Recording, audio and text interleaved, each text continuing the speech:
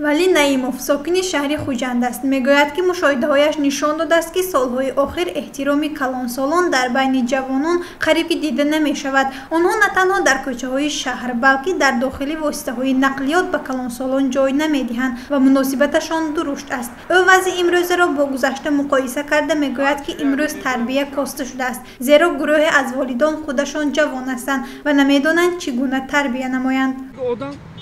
چه اویلاندنی پدر و مادر همش آخت یگون وایت کردنش دکو تربیت کردنش دکو فرزندوی مثلا همشون وای به درویت مرشک داره تلفن بازی که میشنن پشت گرانده میشنن چی وای نه وای پدر و مادر تربیت هم پیشتر دوری سویوزنده ما میترسیدیم موسیقی دا عمده ایسا این راکه عمده ایسا ما این راکه دی سلام داده و میکنیم رو پر رو نمی عمدی ما موسیقی دا کدی اگر سلام نتی میگه چایخانه و رازبار میشود که شما کیم فرزندی کیم نیبری کیم چو وای به تربیت دادگی نیک بوده میگفتن و موسیقی دا همونجور چایخانه و میکردن پیشتر من ماه شریف نمازان من پدرم مادرم تربیت یا آخه ما چه میگویم من اکن انصاف همه ها تیاد احترام کلانسالان کاهش یافته است. در واسطه‌های نقلیاتی جوانان جای می‌دهند اما به احترامی آنها نیز به نظر می‌رسد. بعضی از ساکنان میگویند که گویا با تلفن‌های موبیلیشان مشغولند و بی‌اعتباری می‌کنند.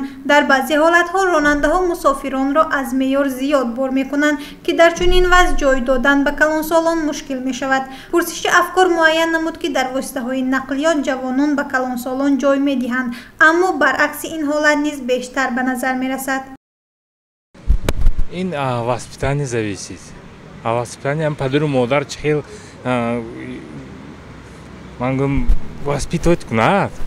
همه خیلی بچه‌ها خودش وای میکنند. بعضی بچه‌ها هایی نکن که خیلی در جامعه آدم کلانسال با فرزنددار با بچه یاش کده همین. تو مرد که آدم مول میگیرد. همینش هم گفتم آنم آدم خطیقه هیچ علاج شتن نیست. یا مرد که مولتر کنند یا نگیرن. بله چونه خیلی عرض ویم کلام میشده کن جاتیت ناز میشده کلام شدید می کلام ده کن جاتیت بهتر یعنی هست احترام خیلی خودتان هم کلام میشده کن کلام به قینتر ما یاش راز میستیم تربیه گرد آینده و ناز میشه وانا کلانسالای احترام میکنن؟ نه احترام نمیکنن مثلا آنها به چه تفسیر میکنن شما؟